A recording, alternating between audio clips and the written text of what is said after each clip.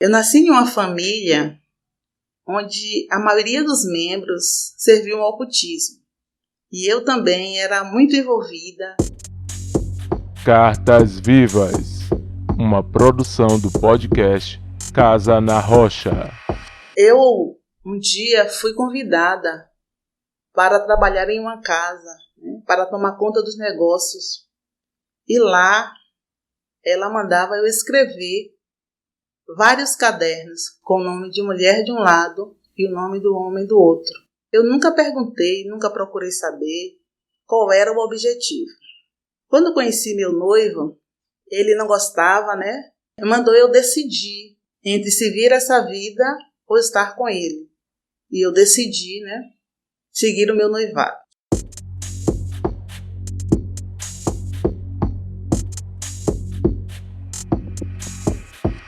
Eu recebi vários convites para casar com pessoas que também serviam o ocultismo, mas graças a Deus eu não aceitei.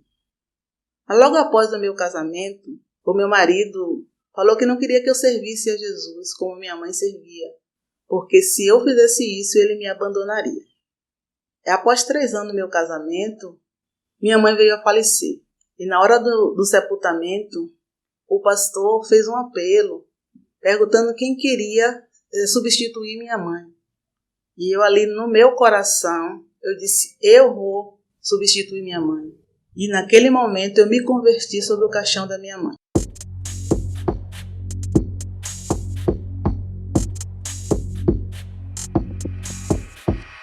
No sábado seguinte, meu irmão, que estava convertido também, ele me convidou para orar comigo. E quando eu estava orando, eu fui batizada no Espírito Santo e não sabia nem o que era aquilo. Aí meu irmão abriu a Bíblia, me explicou. E no domingo eu fui para a igreja, muito feliz, dizendo que eu tinha sido batizada com o Espírito Santo. Só que ia haver batismo logo na semana seguinte. E como eu havia sido batizada no Espírito Santo, a igreja tem protocolos e um tempo para se batizar nas águas. Precisou fazer uma assembleia para saber o que iam fazer, se me batizavam, com tão pouco tempo que eu tinha tomado a decisão. E aí eu fui batizada com 16 dias que eu havia tomado a decisão. Porque, na verdade, Deus sabia que eu precisava de imediato. Eu precisava ser revestida do Espírito Santo e revestida de Jesus, porque muitas lutas viriam. Aí começou o início das lutas,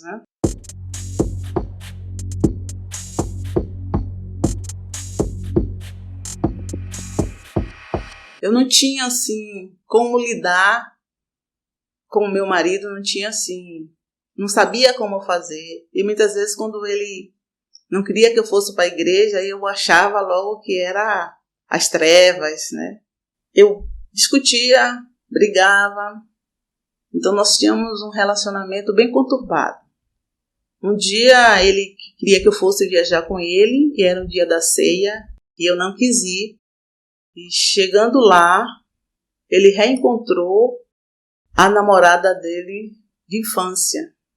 Nessa época, eu tinha 2 filhos, eu me converti, minha filha tinha 3 anos e meu filho tinha 1 ano de idade.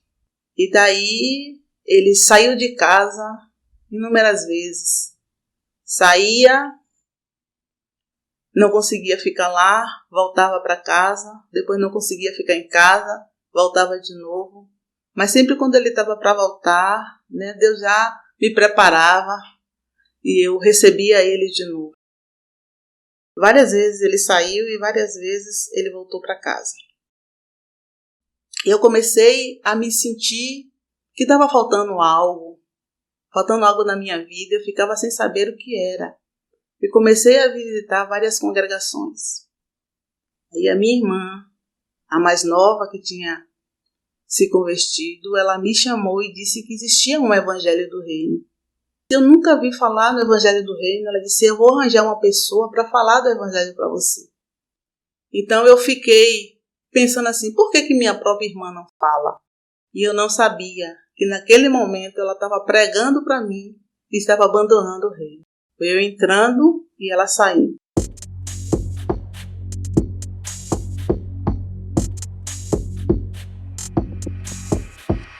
Aí eu comecei a ouvir o evangelho.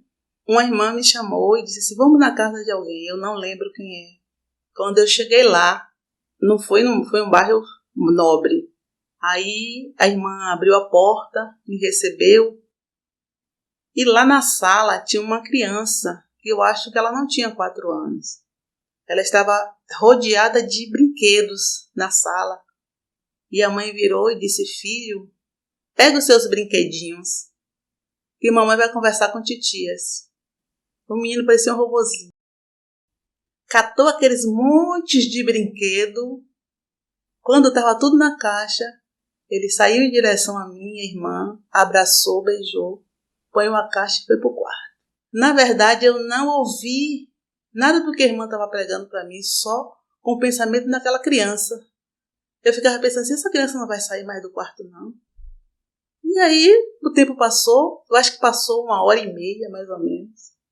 A gente lanchou e, de repente, vamos nos despedindo. Ela, filho, vem cá que as tias vão embora. Ele veio, abraçou, me deu aquele abraço que eu precisava naquele momento, beijou a mim e a irmã e foi embora. E nós fomos embora e eu fui pensando, né? Ali foi, não precisava mais de ouvir nada. Ali foi, eu disse assim, eu me encontrei. Ali eu disse assim, é isso aqui. Aquele menino foi um testemunho vivo, de vida na vida.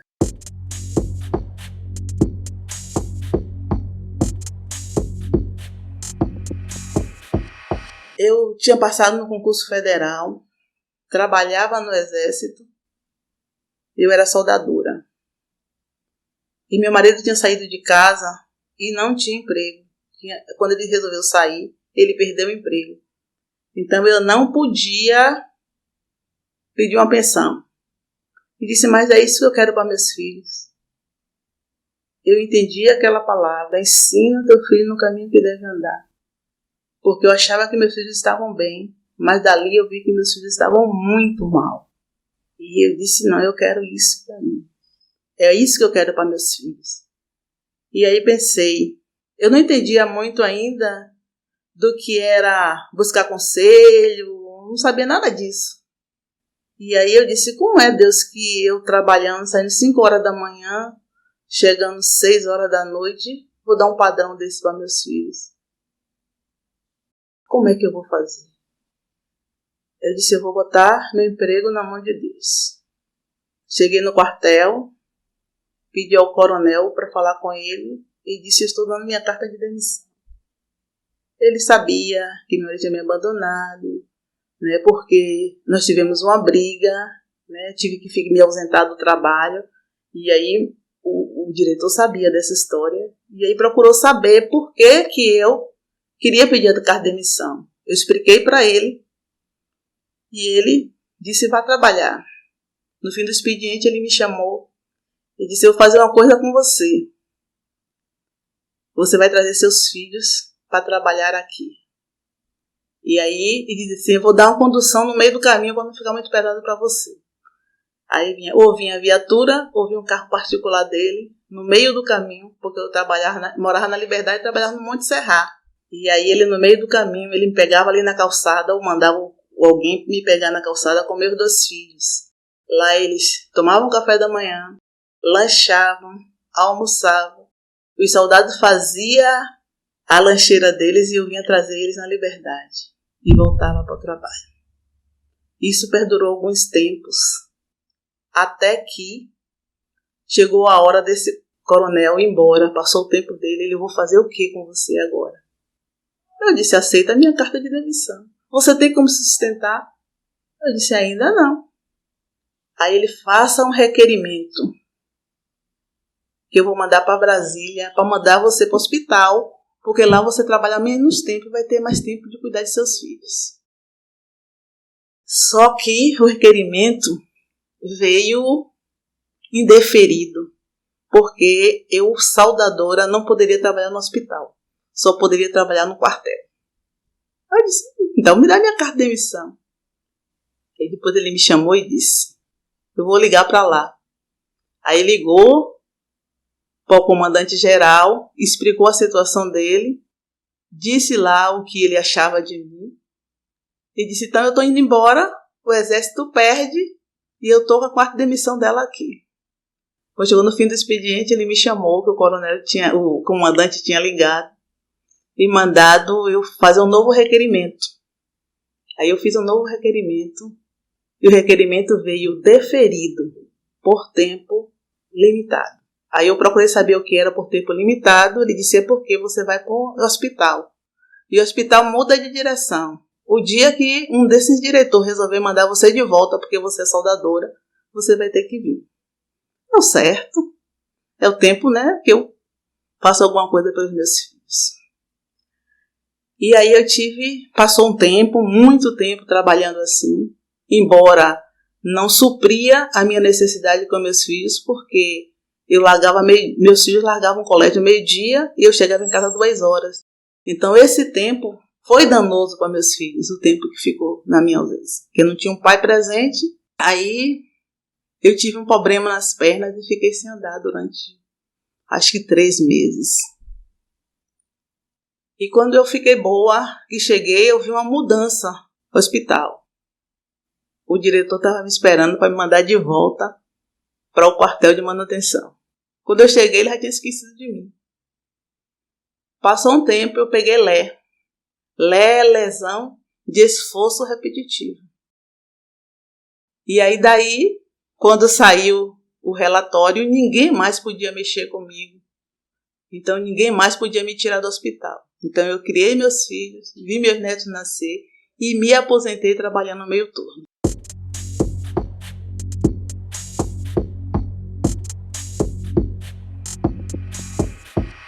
A segunda coisa que eu percebi foi a questão do meu casamento. Eu não tinha noção do que Deus pensava do que era o casamento. Então, Efésios 5:32 e Hebreus 13:4 me chamou a atenção. Que eu pude ver como Deus via o casamento. Então, 2 coisas eu pensei. Meu marido me abandonou porque eu queria servir a Jesus. Outra coisa, eu não tinha sido testemunha viva na vida do meu marido. Assim como eu representei tanto tempo as trevas, eu precisava representar a luz.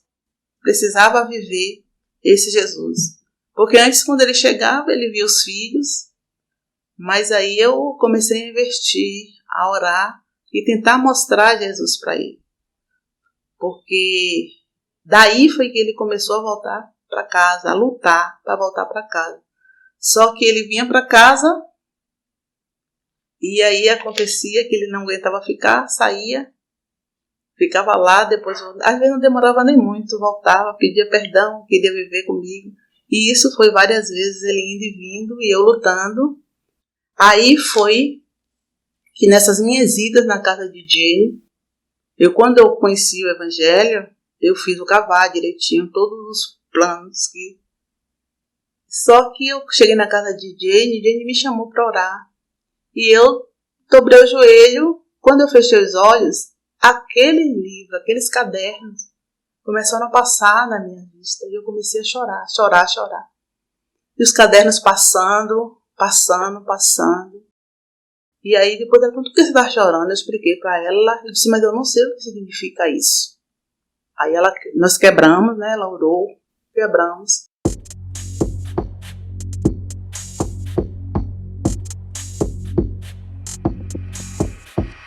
Passado um pouco, a minha irmã que vivia no Candomblé, eu comentei com ela, disse, mas eu sei o que fazia com esses cadernos. O que era? Ela dizia, aquelas o que você escrevia era colocado dentro de uma lata de leite e enterrado até que o casamento acabasse ou morria. Eu disse, Jesus, como eu destruí casamento sem saber? Eu não tinha noção, né, do que eu estava metida, do que eu me envolvia. Daí em diante, eu vi uma mudança, né, na minha luta com meu marido. Teve logo uma briga entre essa mulher e a mulher que ela pagava para fazer as coisas, e a mulher abriu todas as coisas que ela fez para destruir meu casamento. Então, quebrou a força do que ela estava fazendo. Daí, não demorou muito, eu fui de férias para a ilha, porque ele morava lá com ela. E chegou lá, ele entrou, porta dentro, nu da cintura para cima, descalço, e me perguntou: você me aceita mais uma vez do jeito que eu tô? Eu disse: de que jeito você tá? Assim. Eu disse: olha, a porta que você saiu, eu nunca fechei. Continua aberta. Aí ele disse: mas eu tô sem documento. E ela disse que não vai deixar eu tirar nada. Eu disse: venha sem nada. E ele veio: dá para começar do zero? Tá. Aí ele veio, começou do zero, realmente acabou, ele não quis mais saber dela. Voltou para casa definitivo. Depois resolveu ouvir o evangelho. Foi batizado. Mas infelizmente ele não permaneceu. E hoje nós vivemos uma vida comum, com muitas dificuldades, porque um homem que se desviou é complicado. E ele tem dificuldades com álcool. É como se tivesse duas personalidades. Então, eu digo assim: meu marido é o melhor marido do mundo, tenta me agradar de todas as maneiras. Mas, infelizmente, ele quase todos os dias ele bebe.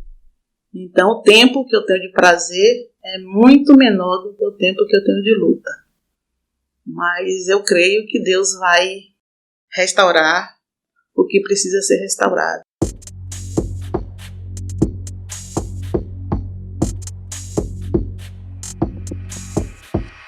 Minha filha era muito apegada ao pai e muitas coisas ela viu. E com 10 anos ela estava pronta para se batizar. Só que o Ângelo acompanhou a minha luta durante muito tempo. Gina foi minha discipuladora durante muito tempo. E o Ângelo foi conversar com ela. E perguntou: Andréia, você está pronta para perdoar seu pai? Ela disse: precisa, senão eu não posso ter esse Jesus. Ali ela botou na cabeça que não podia ter esse Jesus e resolveu crescer e viver uma vida independente. Aí, o que veio? Nesse período, a gente estava até bem com ele antes dela tomar a decisão. Mas, quando ela entrou na adolescência, ele resolveu abandonar a casa mais uma vez. Foi o tempo que ele mais demorou. E aí foi o tempo que ela resolveu dar aquela rebelada de adolescente. E, assim, eu não quero botar nome de muita gente, mas eu quero falar de Rose, a filha da minha companheira, de uma das minhas companheiras, que ela vinha da Fazenda Grande para estar com a Andréia. Esse trabalho que estão fazendo hoje, que Deus revelou para fazer com os adolescentes, eu já tinha sido presenteada, porque ela saía da Fazenda Grande e vinha ficar com ela, fazendo catequese, orientando. Isso foi muito bom para a decisão da minha filha depois. E esse período de adolescência foi complicado porque foi na hora da setorização. Aí, os meus vínculos eram quase todos fora daqui. Então, a amizade dos meus filhos era mais longe.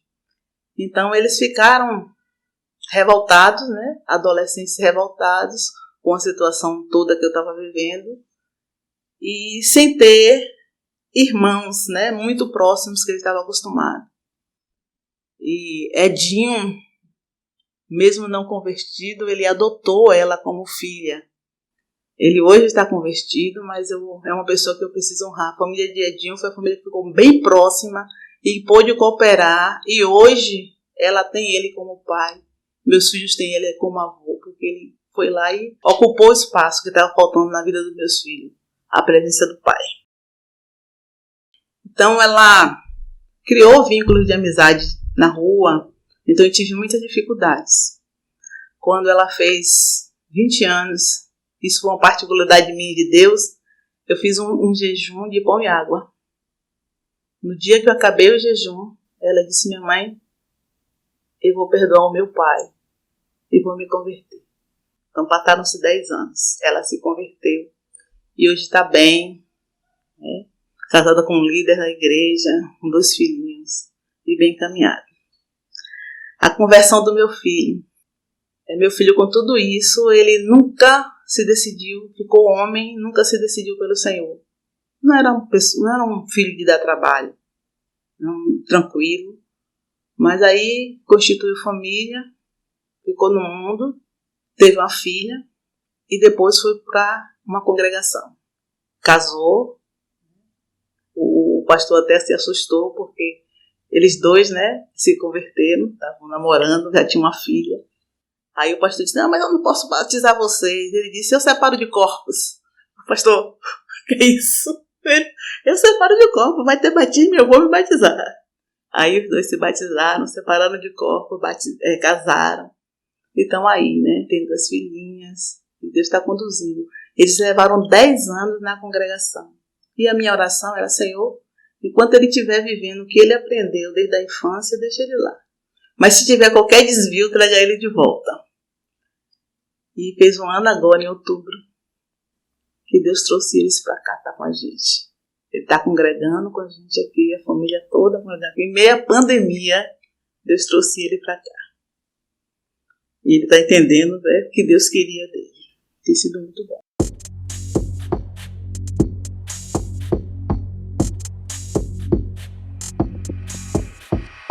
Eu comecei a cuidar de vidas muito cedo, porque eu comi o Evangelho.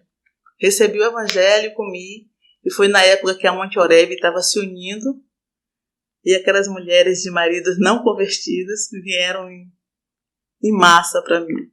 Toda cheia de filhos, uma com 6, outra com 4. Aí eu comecei a trabalhar o que vocês trabalham hoje, ministério nas ruas. A minha casa não cabia. Então eu tinha que levar as discípulas para a rua. Então a gente começou a trabalhar na rua. Antes de Deus revelar, eu trabalhava por necessidade. E era assim, era parque da cidade, era a biblioteca central, eu saía para tudo quanto era canto com as discípulas. E assim, uma coisa também que, com relação a cuidar de vidas, como eu comecei, a igreja estava pequenininha, eu fui abençoada com aquele ministério de Tito, né? Que as mais antigas ensinam a mais nova. Então eu pude ter Zoé perto de mim, pude ter Neida, Verônica, muito perto ali. E eu, né, Deus, há alguns anos atrás, né, botou no meu coração da minha companheira a fazer isso. E aí o objetivo era reunir as discípulas e co-discípulas, né? Só que a coisa foi aumentando, uma foi sabendo, outra foi sabendo, chegou uma hora que já não cabia mais. Zoé foi estar com a gente, Gina foi estar com a gente. Foi um tempo bom, muito bom. E foi uma experiência muito boa, tá, né, com essas mulheres. Mas o que eu tenho para dizer, de fato, é que eu estou muito feliz com esse Jesus. Ele realmente me conduziu, muitas mãos me ampararam. Eu não posso citar aqui, porque se eu estou aqui hoje é porque eu fui carregada, fui sustentada por muitos, não posso nem citar quem me carregou, quem me sustentou, quem ajudou Deus, né, nessa minha caminhada. Aí eu pensei numa frase: o sofrimento faz parte da condição humana. Jesus também sofreu. Então o sofrimento vem para todos nós. A chave é a forma como reagimos a ela. Ou se afastando de Deus em amargura, ou se aproximando dele em confiança e fé.